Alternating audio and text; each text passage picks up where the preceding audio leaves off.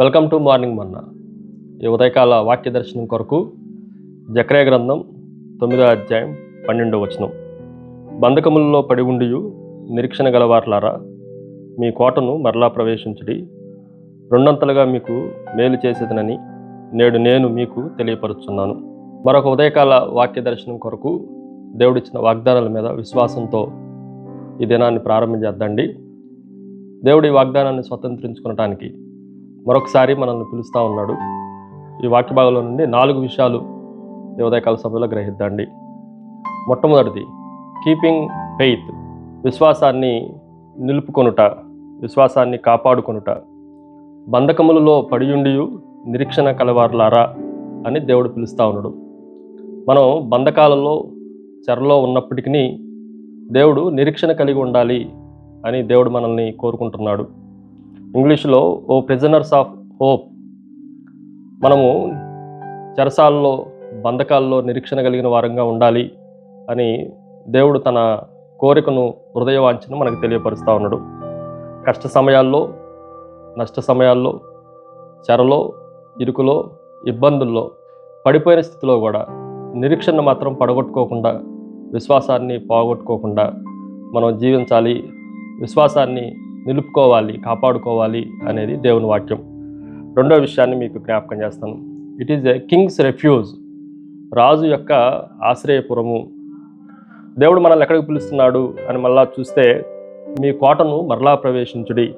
ఇంగ్లీష్లో అద్భుతమైన మాట రాయబడింది, return to your strong hold. నీ స్థిరమైన బలమైన స్థావరంలోనికి మరలా ప్రవేశించండి. ఈ బలమైన స్థావరము, ఆశ్రయ దుర్గము, బలమైన దుర్గము ఎవరు అని అంటే మన దేవుడే. మరలా మీ కోటలోనికి మన దేవుడు మనకేమని జ్ఞాపకం చేస్తుందంటే మీ కోట అని జ్ఞాపకం చేస్తూ ఉన్నాడు. నిరీక్షణతో మనము మరలా దేవుని కోటలోనికి ప్రవేశించాలి అన్నది దేవుని ఉద్దేశం. 91వ కీర్తన 2వ చరణంలో, ఆయనే నాకు ఆశ్రయము, నా కోట, నేను నమ్ముకొనిన నా దేవుడని యెహోవా సెలవిస్తున్నాడు. నిరీక్షణ లేకుండా మనము కోటలోనికి ప్రవేశించలేం. ఒకవేళ పడిపోయినా కూడా నిరీక్షణ కలిగి ఉంటే దేవుని కోటలోనికి మనల్ని దేవుడు ఆహ్వానిస్తూ ఉన్నాడు. మూడో విషయాన్ని మీకు జ్ఞాపకం చేస్తాను, కైండ్నెస్ ఆఫ్ రిస్టోరేషన్, దయా పునరుద్ధరణ. దేవుడు మరలా మనల్ని పునరుద్ధరించడానికి సిద్ధంగా ఉన్నాడు. పడిపోయిన స్థితిలో ఉన్న మనల్ని ఆయన కోటలోనికి మనల్ని పిలుస్తూ ఉన్నాడు. పడిపోయిన స్థితిలో దేవుడు మనల్ని విడిచిపెట్టడు, బంధకాల్లో దేవుడు విడిచిపెట్టడు. ఉన్న స్థితిలోనే, ఆగిపోయిన స్థితిలోనే దేవుడు మనల్ని ఎక్కడా వదిలేయడు. ఆయన మరలా పునరుద్ధరించడానికి, పునఃస్థితి స్థాపన తీసుకురావడానికి ఆయన మనల్ని తన కోటలోనికి ఆహ్వానిస్తూ ఉన్నాడు. 4వ విషయాన్ని మీకు జ్ఞాపకం చేస్తాను, it is a Kingdom abundance, రాజ్య సమృద్ధి. ఈ వచనంలో మనం జాగ్రత్తగా ఆలోచన చేస్తే, రెండంతలుగా నేను మీకు మేలు చేసేదనని నేడు మీకు తెలియజేస్తున్నాను అన్న మాట దేవుడు రెండంతలుగా ఆశీర్వదించేవాడు.